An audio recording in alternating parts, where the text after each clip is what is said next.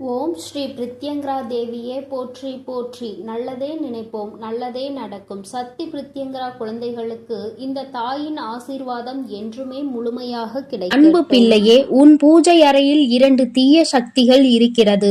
அந்த 2 தீய பொருள்களும் உன் வீட்டை விட்டு விலகினால்தான் உன் தாய் கொடுப்பதை நீ முழுமையாக எடுத்துக்கொள்ள முடியும். அப்பொழுதுதான் நான் எது கொடுத்தாலும் அது உன் வீட்டில் தங்கும்.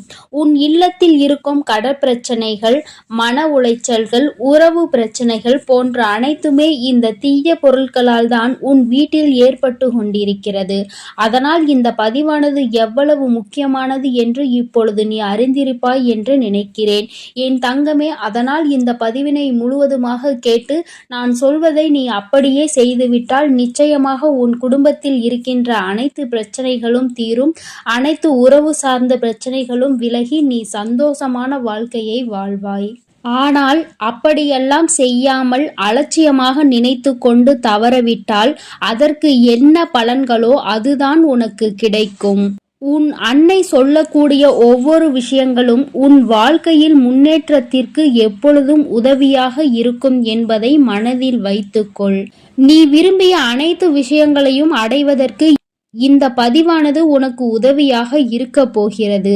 அந்த தீய பொருளை உன் வீட்டில் இருந்து தூக்கி எறி.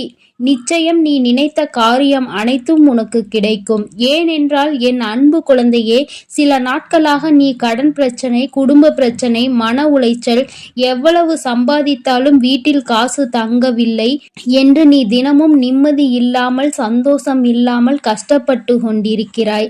எதனால் தெரிகிறதா? உன் பூஜை அறை சுத்தமாக இல்லை. என் தங்கமே, எவ்வளவுதான் உனக்கு பிரச்சனைகள் இருந்தாலும் பூஜை அறையை நீ சுத்தமாக வைத்துக் கொள்ள வேண்டும். இல்லை என்றால் பண பற்றாக்குறை, கடன் பிரச்சனைகள், எவ்வளவு சம்பாதித்தாலும் செலவுகள் வந்து கொண்டே இருக்கும். குடும்பத்தில் தேவையில்லாத குழப்பங்கள் ஏற்பட்டு கொண்டே இருக்கும். ஆனால் நீயோ இதை எதையும் தெரிந்து கொள்ளாமல் என்ன செய்வதென்றே தெரியவில்லையே, வாழ்க்கையே சூனியமாய்விட்டதே என்று புலம்பிக் கொண்டும் இருப்பாய். என் அன்பு குழந்தையே, எப்பொழுதும் நம் வீட்டை நாம் சுத்தமாக வைத்து கொள்ள வேண்டும்.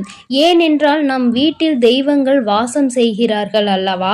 அதே போலதான் உன்னுடைய பூஜை அறையும் முக்கியமாக நீ சுத்தமாக வைத்து கொள்ள வேண்டும். ஏனென்றால் உன்னுடைய இஷ்ட தெய்வமான வராகி அம்மாவும் உன் குலதெய்வங்கள் ஆனவர்களும் அங்கேதானே வாசம் செய்து கொண்டிருக்கிறார்கள். அவர்கள் அங்கே இருக்கிறார்கள் என்றால் அந்த இடத்தை நாம் எவ்வளவு சுத்தமாக வைத்து கொள்ள வேண்டும். நீ தினந்தோறும் அவர்களுக்கு விளக்கு ஏற்றி பூஜை புனஸ்காரங்கள் செய்வதோடு மட்டுமல்லாமல் அந்த அறையை நீ எப்பொழுதும் சுத்தமாக வைத்துக்கொள்ள பழகு என் தங்கமே. ஏனென்றால் அப்பொழுதுதான் அங்கு அவர்கள் மனமகிழ்ச்சியோடு இருப்பார்கள். அவர்கள் மனமகிழ்ச்சியோடு இருந்தால் மட்டுமே தான் நம்முடைய வாழ்க்கையானது மனநிறைவான நிம்மதியான வாழ்க்கையை நாம் வாழ முடியும்.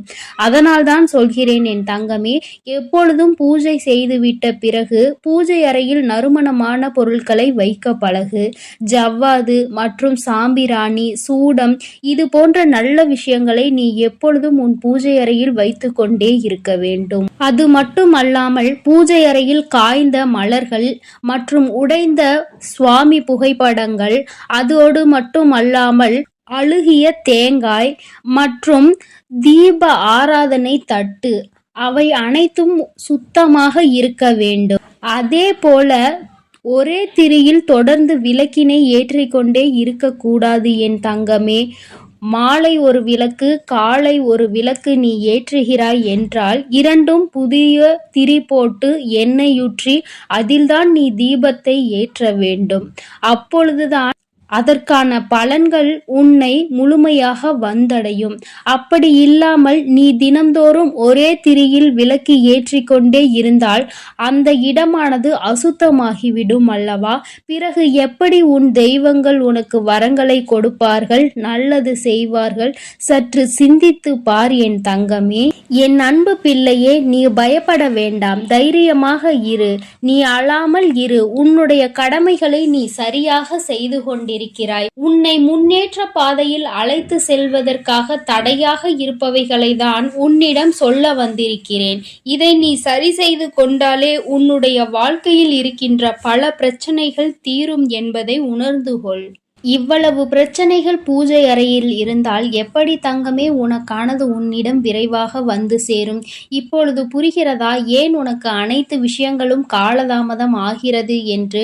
என் அன்பு பிள்ளையே, அதனால் நான் சொல்வதை உடனே செய்துவிடு.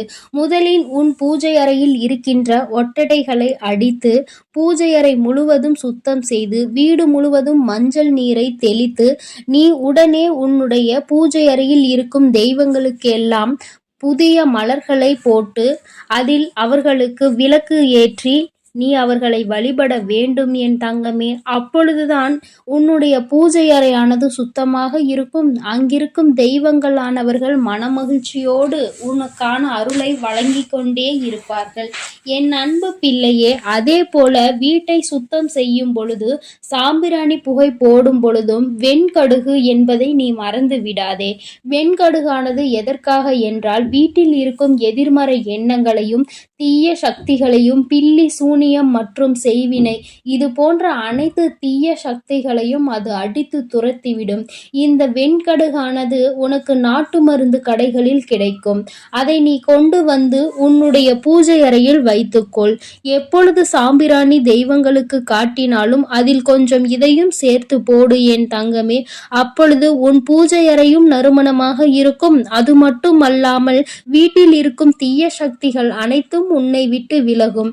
அப்படி விலகினால் நிச்சயமாக உனக்கான அனைத்து கட்டாயமாக உன்னை தேடி வரும். என் அன்பு பிள்ளையே, இவை அனைத்தையும் செய்யும் பொழுது நீ தெளிவான மனப்பக்குவத்தோடு இருக்க வேண்டும். ஏனென்றால் நீ என்ன செய்கிறாய் என்பதை முதலில் நீ அறிந்து கொள்ள வேண்டும் அல்லவா? அதற்காக தான் சொல்கிறேன். என் அன்பு பிள்ளையே, சில நேரங்களில் நீ என்ன செய்கிறாய் என்பதை அறியாமலே பல வேலைகளை நீ செய்து கொண்டுதான் இருக்கிறாய். அதனால் தான் சொல்கிறேன், நீ என்ன வேலை செய்கிறாயோ அதில் உன்னுடைய முழு ஈடுபாடும் இருக்க வேண்டும். அப்பொழுதுதான் உன்னால் அந்த வேலையை முழுமையாக செய்ய முடியும். செய்த பிறகு இது நன்றாக இருக்கிறது என்ற மனநிறைவும் உனக்கு கிடைக்கும் என் தங்கமே.